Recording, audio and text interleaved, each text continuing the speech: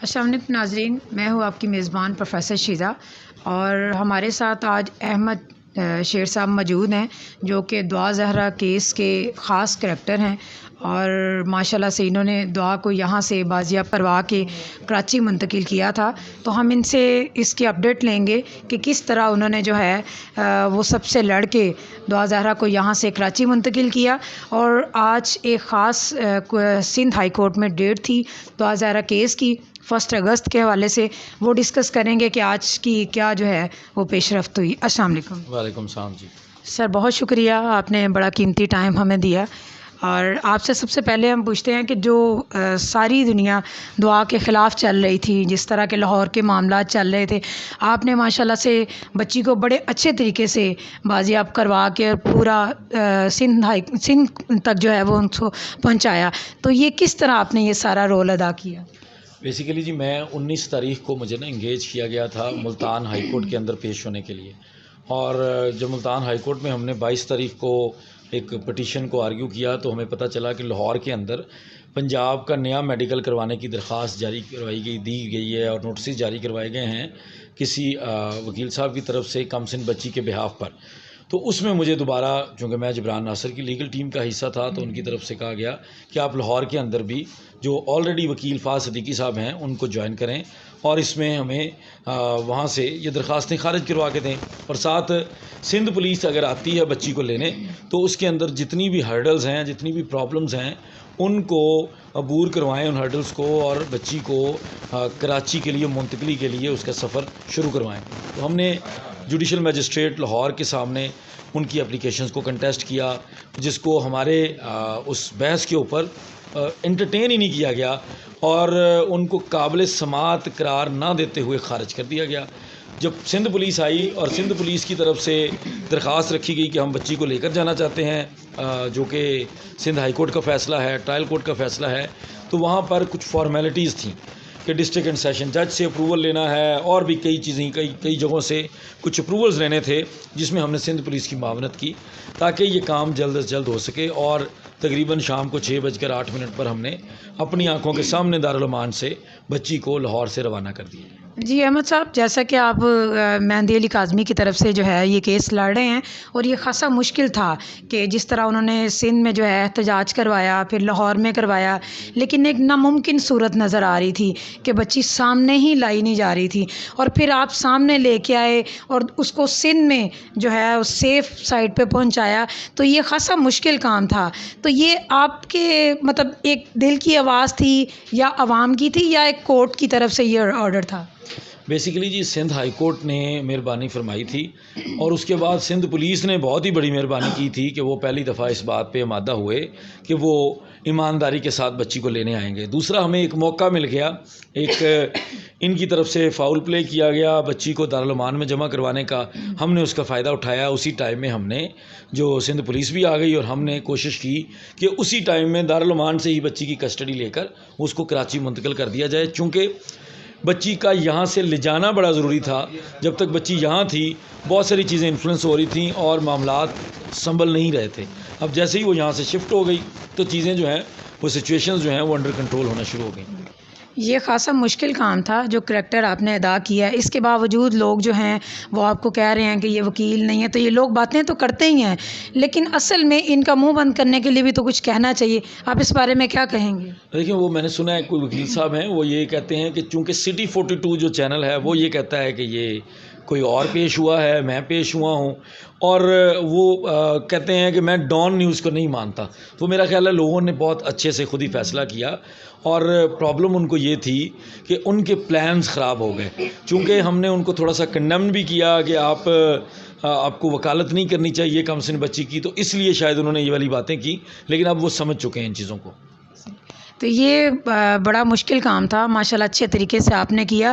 اب جو ظہیر کا چند دن پہلے اس کی جو ہے وہ بیل کینسل ہو گئی، اور اس کو باقاعدہ ہم نے یہ ویڈیوز میں ہی دیکھا کہ بڑے خوش و خرم دونوں بھائی جو ہے وہ جا رہے تھے، اس بارے میں آپ کیا کہیں گے؟ عوام پہ کیا اثر پڑ رہا ہے؟ دیکھیں یہ روٹین کی پروسیڈنگ ہے. ابھی ضمانت 21 تاریخ سے شروع ہوئی ہے, 17 تاریخ تک اب گئی ہے جا کے, تو بھی تیسری تاریخ میں. تو میرا نہیں خیال کہ یہ بہت لمبی تاریخ ہے, اور چونکہ درمیان میں چھٹیاں ہیں اس لیے عدالت نے مناسب سمجھا کہ یہ ڈیٹ ڈالی. تو کوئی کامیابی نہیں ہے جی.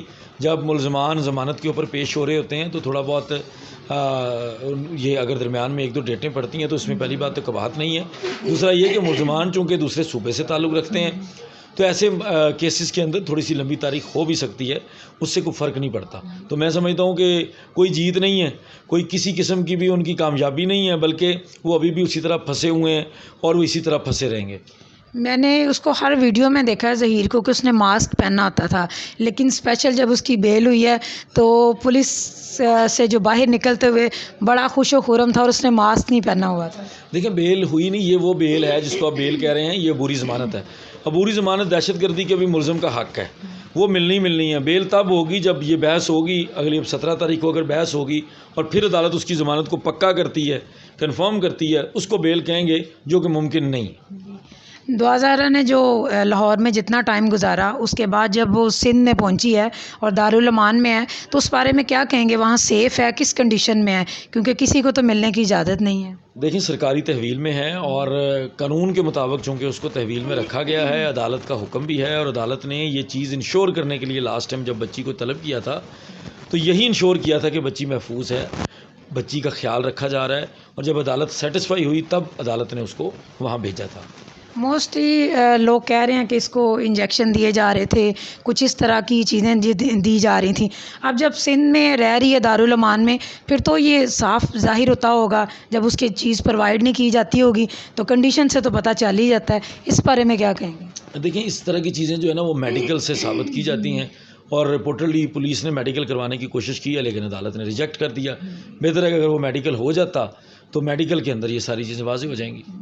آپ ماشاءاللہ سے اس کیس کو شروع سے لے کے چل رہے ہیں, تو یہ اب جو چند دن سے اس کی ظہیر کی والدہ اور بھابھی جو ہیں وہ میڈیا پہ آئی ہیں اور جو شور شرابہ چل رہا ہے, اس بارے میں آپ کیا کہیں گے؟ دیکھیں یہ میں سمجھتا ہوں کہ بے وقوفی ہے اور یہ پروسیکیوشن کو انفلوئنس کرنے کی اٹیمپٹ ہے, کیونکہ کلیئر ہو چکا ہے کہ والدہ جو ہے وہ کہتی ہے بچی ابھی بھی نہیں وہ مان رہی کہ آئی ہے. انہی کا مطلب رپورٹرلی ان کا وکیل, وہ اصل میں وکیل ہے نہیں ظہیر کے, علی جعفری صاحب, وہ کہتے ہیں کہ میں بھی یہ کہتا ہوں کہ ظہیر لے کر آیا ہوگا, اور شبیر نے اور ظہیر نے ادھر پولیس کے سامنے رپورٹرلی مان بھی لیا ہے کہ ہم لے کر گئے ہیں. تو یہ ایک عجیب سی لوگوں کو ڈی ٹریک کرنے کے لیے, لوگوں کو تنگ کرنے کے لیے, لوگوں کو گمراہ کرنے کے لیے باتیں کی جا رہی ہیں. تو ان چیزوں سے تو صاف پتہ چل جاتا ہے کہ یہ لوگ جو ہیں وہ کلیئر ہی نہیں. جب خود سے کلیئر نہیں ہے تو یہ عوام کو کیا کلیئر کریں گے؟ 100% ایسی ہے, اور وہ خود ہی ثابت کرتے جا رہے ہیں یہ ساری چیزیں. اچھا, جس طرح آج کورٹ میں ڈیٹ تھی اس کی ڈیٹیل بتائیے گا ذرا, کیا فیصلہ ہوا اور کیا نیکسٹ پروسیجر؟ آج سندھ ہائی کورٹ کے اندر ایک پٹیشن تھی, دعویٰ تھا بیسیکلی وہ مہدی علی کاظمی صاحب کی طرف سے, جس میں انہوں نے کچھ یوٹیوبرز جو کہ ان کی کردار کشی کر رہے ہیں ان کو بین کروانے کے لیے اور ان کی اس کردار کشی والے کنٹینٹ کو روکنے کے لیے درخواست دائر کی گئی تھی, جس میں سندھ ہائی کورٹ نے نوٹسز جاری کیے ہیں اور سٹے کر دیا اور ان کو روک دیا, ان کے اوپر پابندی لگا دی ہے کہ اب آپ نے مہدی کاظمی یا اس کے خاندان کے لوگوں کے خلاف کوئی بات نہیں کرنی, کوئی ایسے تضحیک امیز الفاظ استعمال نہیں کرنے. ساتھ پی ٹی اے کو حکم دیا ہے کہ آپ ان لوگوں کے خلاف کارروائی کریں اور کر کے 15 دن کے اندر اندر ہمیں رپورٹ جمع کروائیں. اب نیکسٹ ڈیٹ اس کی 26 اگست ہے. 26 اگست کو ہائی کورٹ فیصلہ کرے گی کہ آگے ان لوگوں کے ساتھ کیا کرنا ہے. اور ظہیر کا جو ہے وہ اس کیس کس سائڈ پہ گیا؟ دیکھیں اس سے فرق تو پڑتا ہے, ظہیر کا نیریٹو لے کے آیا جا رہا تھا, ظہیر جو جھوٹ بول رہا ہے عدالتوں کے اندر, اس جھوٹ کو ان یوٹیوبرز کے ذریعے پروموٹ کیا جا رہا تھا, تو اس سے فرق تو پڑتا ہے کہ ظہیر کا کیس ڈیمیج ہوگا. ویسے ہماری جو لاہور کی یا پاکستان کی جو کورٹ ہے ماشاءاللہ اچھے ڈیسیجن جو ہے وہ لیتی ہے, تو آپ کا کیا خیال ہے اس کیس کے بارے میں کہ یہ نیکسٹ جو ہے وہ کس سائڈ پہ پروسیڈ کرے گا؟ دیکھیں جی اصل چیزیں کلیئر ہوں گی جب چلان آئے گا. جب چلان آ جائے گا تو چلان کے اندر یہ چیزیں ڈیسائیڈ ہوں گی کہ ان کو کس طرف کو جانا ہے, اور چلان آنے کے بعد ہی واضح ہوگا کہ یہ کیس کتنی دیر کے اندر فیصلہ ہو سکے گا, سزا کا ہے یا یہ بریت کا کیس ہے, یہ اس کے اندر واضح ہو جائے گا. آپ کے پاس کورٹ میں پہلے بھی اس طرح کے کیسز تو عام آتے ہی ہوں گے, بچیوں کا اغوا ہونا یا گھر سے بھاگ جانا یا کم عمری میں جو ہے وہ نکاح کرنا, تو اس کیس کے حوالے سے مہدی علی کاظمی صاحب کی طرف سے آپ کیا کہنا چاہیں گے کہ وہ کس قسم کے والد صاحب ہیں جنہوں نے اتنا 3 ماہ سے یہ پیریڈ جو ہے وہ کس طریقے سے گزارا؟ میری ذاتی رائے ہے جی کہ بڑی ہمت کا کام ہے، کیونکہ نارملی یہ ہمت نہیں کرتے، لوگ ڈر جاتے ہیں، گھبرا جاتے ہیں، اور جب ان کو خاص کر جس طرح اس میں ان کو بلیک میل کیا جا رہا ہے، جب لوگ ان کو بلیک میل کرتے ہیں تو لوگ پیچھے ہٹ جاتے ہیں، لیکن وہ نہ پیچھے ہٹ رہے ہیں نہ بلیک میلنگ سے گھبرا رہے ہیں. تو میری نظر میں ہمت کا کام ہے کہ ایک باپ اس طرح سے کھڑا ہو جائے. بالکل میرا خیال ہے کہ اگر کوئی بچی اس طرح اغوا ہوتی ہے یا بھاگ جاتی ہے تو زیادہ تر پیرنٹس یہی کرتے ہیں کہ خاموشی سے بیٹھ جاتے ہیں عزت کو چھپانے کے لیے، لیکن انہوں نے جس جرأت اور بہادری کا سامنا کیا ہے، اس سے عوام پر کیا اثر پڑے گا؟ دیکھیں عوام کو بھی ایک موقع ملے گا کہ آئندہ اگر اس طرح کا ظلم ہو رہا ہے اور اس طرح کی سچویشن بن رہی ہے، کیونکہ بہت ساری چیزیں اخلاقی طور پر بہت بری ہیں، اخلاقی طور پر ہم لوگ ان کو ایکسیپٹ نہیں کر سکتے، ہماری سوسائٹی برباد ہو جائے گی. تو اس طرح کی چیزوں میں عوام کو مثال کے طور پر ان کو لینا چاہیے اور ان کو فالو کرنا چاہیے. جبران صاحب نے جب سے یہ کیس سندھ ہائی کورٹ میں ہینڈل کرنا شروع کیا ہے، کیس کافی اچھا جو ہے وہ جا رہا ہے، تو جبران صاحب کے متعلق آپ کیا کہیں گے؟ وہ بھی 2 دن پہلے لوگوں نے کہنا شروع کر دیا کہ ان کو جو ہے وہ کیس سے جو ہے بے دخل کر دی ہے. نہیں ایسا کچھ بھی نہیں ہے، وہ فضول افواہیں ہیں، کیونکہ جبران سے ان کو خطرہ ہے. جبران کے آنے کے بعد، جبران ناصر نے جب سے یہ کیس ہینڈل کیا تو ان کے آنے کے بعد کیس کے اندر جان پڑی، تو لوگ چاہتے ہیں کہ ہم اس طرح کی افواہیں پھیلائیں اور وہ اس کیس سے علیحدہ ہو جائیں، اور کچھ بھی نہیں ہے. سر تھینک یو، آپ کا بہت شکریہ.